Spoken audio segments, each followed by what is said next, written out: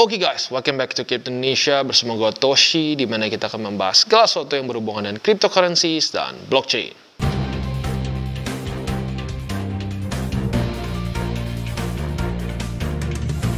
Oke, jadi pada hari ini guys, kita akan kembali membahas mengenai on-chain analysis. Dan pada hari ini, ya bisa dibilang setelah drop yang cukup signifikan dan weekly close yang luar biasa menyeramkan bagi BTC, kita akan lihat kondisi dari on-chain ya.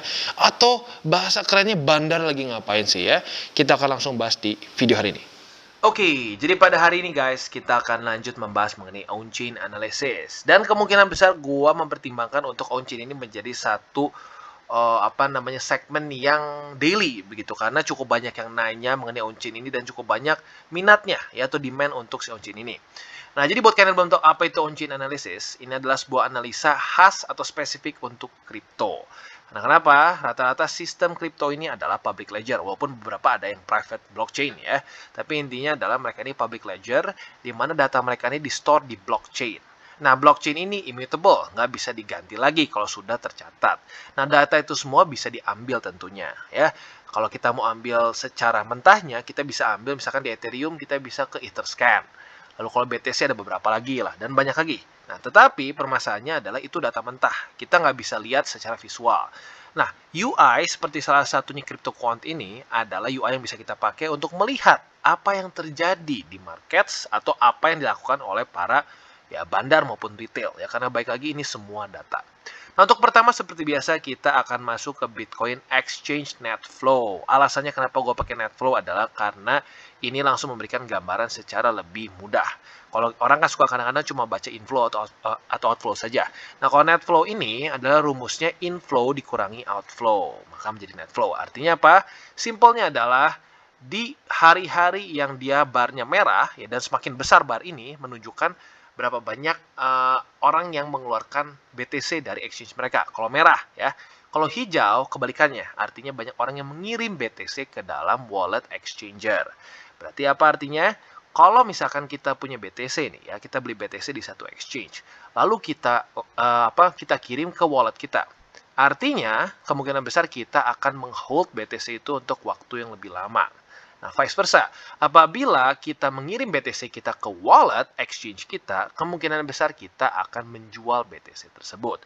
Nah, seringkali ini menjadi korelasi juga dengan kenaikan harga dan penurunan harga.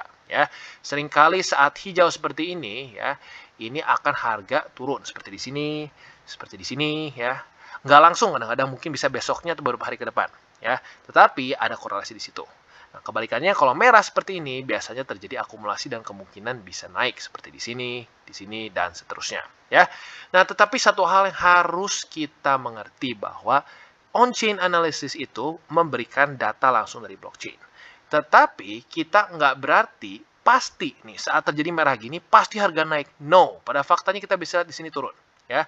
Lalu di sini ya harusnya akumulasi, ternyata lanjut lagi turun harganya. Ya, jadi artinya apa?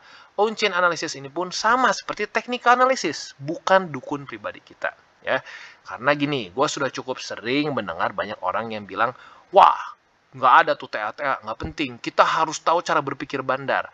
Oke, sekarang ini bandar, ya, bandar masuk ke dalam sini dong. Data dia masuk ke sini, ya.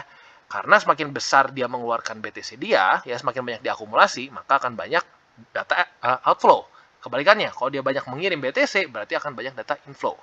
Tapi pada faktanya kita bisa lihat tidak terjadi 100% akurat gitu loh. Jadi baik lagi, jangan sampai berpikir on-chain analysis ini adalah analisa yang mutlak. Pokoknya kalau merah seperti ini pasti harga naik. No ya.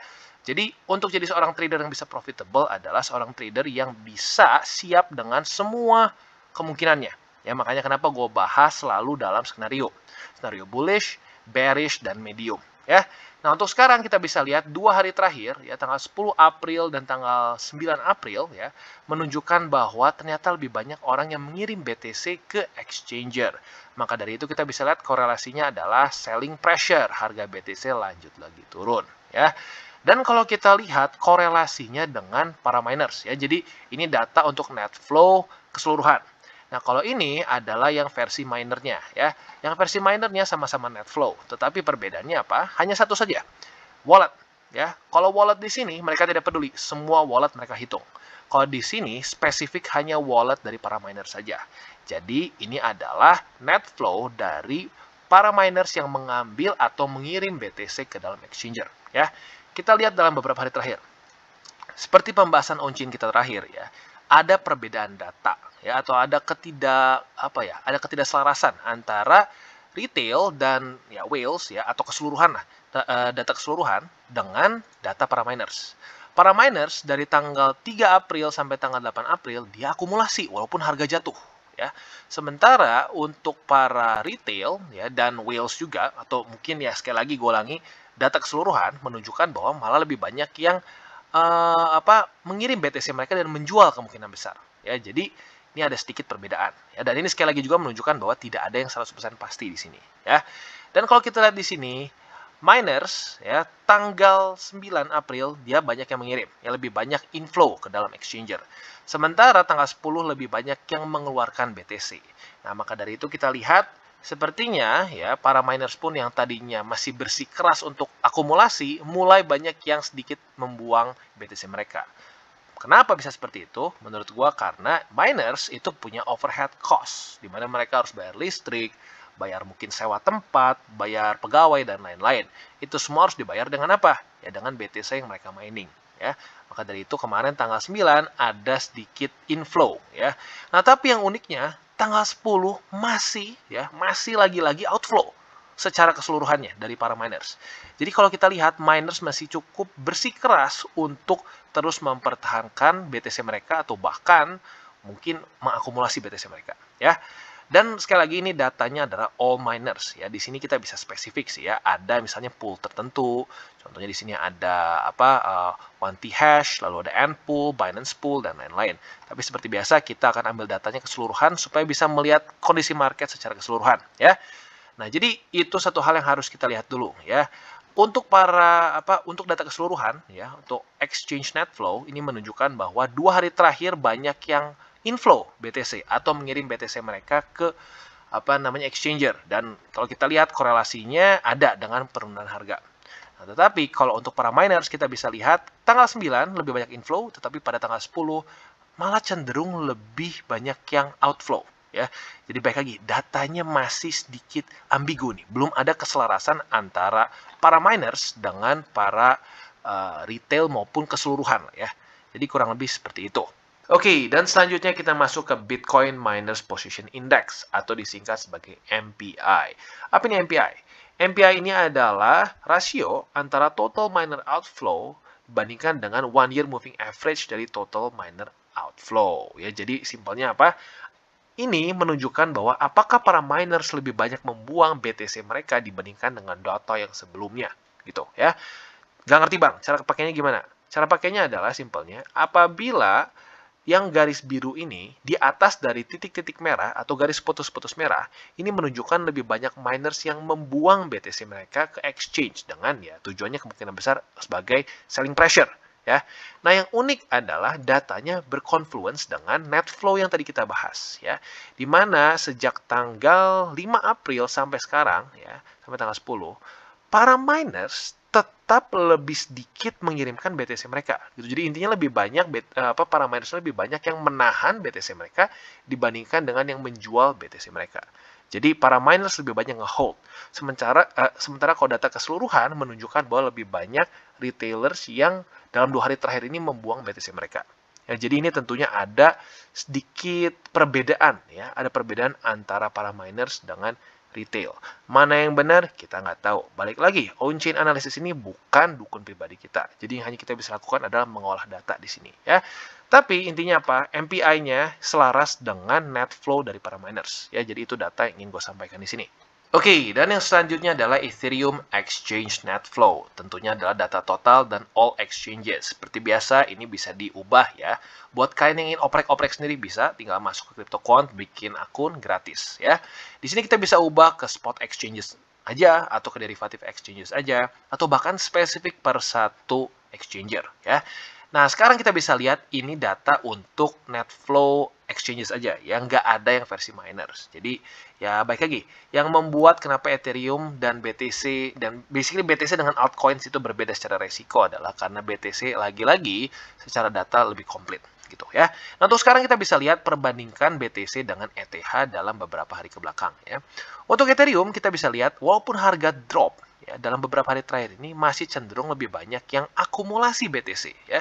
Jadi ini net flow Bitcoin ya, atau exchange net flow Bitcoin, ini exchange net flow dari Ethereum. Ya, nah ini menunjukkan lebih banyak orang yang akumulasi Ethereum dibandingkan dengan BTC.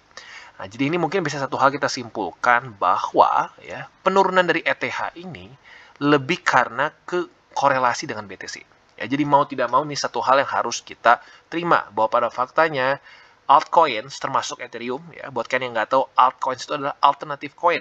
Artinya apa? Koin di luar dari BTC. Jadi Ethereum technically masuk ke altcoins ya. Altcoins itu punya korelasi yang sangat tinggi terhadap BTC. Saat BTC drop, biasanya mau tidak mau yang lain ikutan drop gitu, dan vice versa ya, walaupun ada siklusnya lah ya. Nah, tapi intinya apa? Kita bisa lihat bahwa Ethereum penurunan harga dia menurut gua lebih karena kena ke korelasi dengan BTC ya. Dan kalau kita lihat pada tanggal 8 dan tanggal 10 April lebih banyak outflow dibandingkan dengan inflow untuk Ethereum ya. Jadi baik lagi masih lebih banyak, atau mungkin datanya bisa dibilang dalam beberapa hari terakhir setelah drop ini campur ya. Pada tanggal 7-nya dia banyak inflow, tanggal 8 itu ada outflow, dan seterusnya. Jadi kita bisa lihat market cenderung bingung jujurnya kalau kita lihat di sini secara on-chain ya, secara on-chain. Kalau secara TA kita sudah bahas tadi pagi DCWT, buat kalian yang belum nonton boleh lihat detailnya.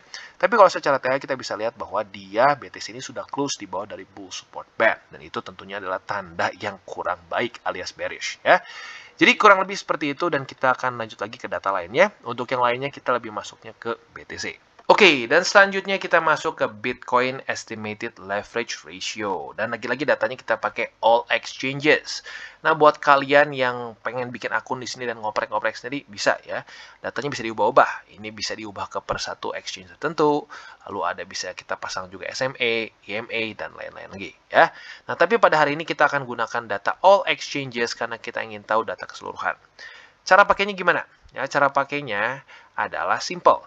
Kalau kita lihat harga, bukan harga, tapi si garis biru ini ngepeak atau naik dengan cukup signifikan, itu artinya apa? Para trader itu banyak yang over leverage. Otomatis apa? Banyak posisi futures yang terbuka, ya, semakin banyak leverage. Nah, kalau sampai dia drop di sini, artinya apa? Banyak yang terlikuidasi. Nah, tinggal pertanyaannya yang kena likuidasi, yang long atau yang short. Nah, itu kita bisa lihat secara data, ya. Jadi seperti ini. Kita contoh, andaikan sampai dia nge-cross nih, antara si estimated leverage ratio, yang warna biru ini dengan yang warna hitam, hitam ini harga. Kalau nge-cross, ini artinya yang banyak kena adalah yang nge-short, alias kenapa? Short squeeze. Berarti yang nge-short terlalu over leverage hingga akhirnya ketutup posisinya dan harga naik. Dan tentunya ada korelasi ya. Apabila nyilang seperti ini menunjukkan bahwa banyak yang over leverage di short. Nah, tetapi permasalahannya kita nggak bisa tahu pada misalkan sekarang nih ya. Sekarang datanya menunjukkan bahwa mulai naik nih. Mulai naik secara si estimated leverage ratio-nya. Tapi kita belum tahu mana yang lebih banyak over leverage. Apakah posisi long atau short. Nah, di sini cara ngitungnya seperti apa? Cara ngitungnya simple sebenarnya. Yaitu adalah open interest yang dimiliki oleh exchanger yang didivided oleh coin reserve mereka. Nah, ini bisa kurang lebih menunjukkan berapa besar leverage yang dipakai by users on average. Ya, jadi baik lagi, ini adalah data rata-rata ya. Nah, jadi yang kita bisa lakukan adalah apa? Ini satu indikator yang bisa kita pakai untuk kita yang mungkin bermain futures. Ya, jadi biasanya jangan dipaksakan buka posisi apabila dia secara leverage tinggi ya. Contoh seperti di sini. Yang cukup nyaman atau aman gitu buat kita ya. Buat yang buka posisi futures itu apabila dia sudah terjadi drop. Misalkan seperti di sini nih. Sudah terjadi posisi drop, boom. Nah, setelah drop di sini ini cenderung lebih aman gitu. Nah, dibandingkan dengan kalau kita buka posisi, apalagi posisi kita over leverage juga di saat-saat ini sedang nge-spike di atas. Nah, untuk kemarin sebenarnya sudah bisa dibilang sudah sedikit kelewat ya masa di bawahnya di sini. Nah, jadi ya itu salah satu cara penggunaannya. Cara lain adalah kita juga bisa melihat ini sebagai indikasi apakah akan ada yang kena long squeeze atau short squeeze. Nah, ini bisa kita lihat juga dengan apa? Bentuk dari TA. Ya, kita lihat TA-nya. Kalau TA-nya cenderung bearish, ya, si TA-nya cenderung bearish, dia kena tembus satu support penting dan lain-lain. Kalau ini mulai naik, ada kemungkinan besar yang kena squeeze adalah yang long. Maka dari itu, kita bisa pertimbangkan untuk mungkin nge-skip beberapa misalkan support yang dekat di sini. Karena ada kemungkinan para long ini kena squeeze, dan apabila longnya kena squeeze, otomatis harganya akan ngedrop. Ya, jadi kurang lebih cara pemakaian seperti itu. Dan kalau kita lihat sekarang mulai meningkat ya, si estimated leverage ratio ini mulai meningkat. Nah, tinggal kita lihat apakah benar dia akan kena long squeeze atau enggak ya. Semoga saja sih enggak ya, karena kalau kena long squeeze ini siap-siap BTC bisa lanjut lagi turun. Dan kalau sampai dia nembus MA50 ya secara teknik analisis not looking good. Oke, dan yang terakhir ada Bitcoin MVRV ratio, di mana ini simpelnya adalah menunjukkan apakah Bitcoin sedang overbought atau oversold, walaupun itu very simplified ya. Jadi historically speaking ya, ini apabila value di atas dari 3,7 ini mengindikasikan possible price stop ya, atau simpelnya adalah overbought. Nah, kalau di bawah dari 1 ya, jadi ini 3,7, ini di bawah 1. Andaikan di bawah 1 ini menunjukkan bahwa kemungkinan besar ini adalah bottom atau oversold gitu. Nah, kalau kita lihat ini cara ngitung seperti apa? Ini adalah rasio dari coin market cap to realized cap. Ya, jadi perbandingan antara itu ya. Jadi ini adalah sekali lagi adalah sebuah seperti osilator gitu ya. Mirip-mirip seperti osilator cara kerjanya. Nah, kalau kita lihat ya, terakhir kali dia kena daerah overbought itu pada tanggal ini ya, pada tanggal kurang lebih Maret lah ya, Maret 2021, kurang lebih setahun lalu. Dimana setelah itu kita bisa lihat dia cenderung malah mendekati sekali dengan harga atau running price. Bahkan sampai sekarang ya. Nah, kalau kita lihat sekarang ini masih di tengah-tengah. Jadi nggak overbought, nggak juga oversold. Jadi untuk MVRV-nya menunjukkan masih ada di tengah-tengah atau no man's land. Maka dari itu belum kita bisa putuskan ini overbought atau oversold ya. Tentunya nanti ini akan kita selalu update saat on-chain analysis. Apabila dia sudah mulai oversold ya, kita mungkin bisa akumulasi lebih kuat lagi. Sementara kalau ini sudah sampai di atas di overbought, kita mulai bisa take profits ya. Jadi kurang lebih seperti itu on-chain pada hari ini. Oke, kesimpulannya kita bisa lihat ada sedikit perbedaan antara data keseluruhan dari retail, whales, dan semua, yang dimana menunjukkan lebih cenderung banyak yang membuang BTC atau inflow terhadap exchanger. Ada perbedaan dengan miners. Miners justru malah cenderung masih akumulasi, dan MPI-nya juga menunjukkan bahwa mereka secara rata-rata masih lebih banyak sedikit membuang dibandingkan dengan data sebelumnya. Ya, maka dari itu, simpelnya adalah keseluruhannya lebih banyak yang inflow ya ke exchange, tetapi untuk para miners dia cenderung lebih nge-hold BTC dan lebih banyak outflow ya. Jadi kurang lebih seperti itu, dan sekali lagi ini adalah bukti bahwa tidak ada yang pasti. Mau on-chain analysis, technical analysis, kita nggak bisa berharap dengan kita melihat data on-chain, saat merah misalkan ya, lebih banyak outflow, pasti besoknya naik. No, nggak ada yang pasti seperti itu ya. Bahkan para bandar yang sangat dicintai oleh mungkin banyak orang Indonesia ya, soalnya cukup banyak yang ngomong seperti, udahlah nggak usah tea-tea, harus belajar cara berpikir bandar. Well, buktinya secara on-chain sudah banyak bukti bahwa para bandar pun seringkali salah gitu loh. Tapi yang membuat para bandar ini bisa terus profit adalah kenapa? Karena mereka terus rajin akumulasi. That's the key. Karena nggak ada yang pernah bisa tahu besok apa yang terjadi ya. Kita nggak pernah tahu tiba-tiba kalau besok Putin damai, ya sudah, kemungkinan harga bisa naik. Atau kalau tiba-tiba Putin gila, sen nuklir, ya sudah, akan hancur semua gitu loh. Analisa kita mau secara TA, on-chain, dan lain-lain. Maka dari itu apa yang kita bisa lakukan adalah ya sudah, akumulasi di support-support kuat yang dikasih data tambahan dengan on-chain. Ya, jadi baik lagi, gue berharap kalian semua bisa terus pakai logika, jangan sampai kemakan dengan ya narasi-narasi seperti ayo kita harus berpikir seperti bandar. Karena pada faktanya sudah banyak sekali buktinya bahwa bandar pun seringkali salah. Jual di tempat yang salah, beli di tempat yang salah. Ya, jadi kurang lebih seperti itu untuk on-chain analysis pada hari ini. Dan bagi kalian yang belum mengikuti DCWT atau Daily Charting with Toshi, bisa klik di sini, di mana kita akan daily chart your favorite cryptocurrencies. Dan buat lo yang mungkin masih belum ngerti cara baca chart, candles, dan hal-hal lain, bisa juga klik di sini ada tutorials with Toshi. Dan buat lo yang mungkin masih belum punya akun di Bybit, di Huobi, di Maxi, Pionex, dan banyak exchanger lain, bisa cek link kita di bawah. Dan ya tentunya nggak wajib ya, tapi apabila menggunakan link referral kita, lo secara aktif membantu perkembangan dari TCI. Dan satu lagi jangan lupa juga untuk join Telegram grup kita, di mana kita bisa ngobrol-ngobrol santai mengenai dunia cryptocurrency secara dua arah. So, jangan lupa untuk like, subscribe, click the bell icon, and see you in the next video.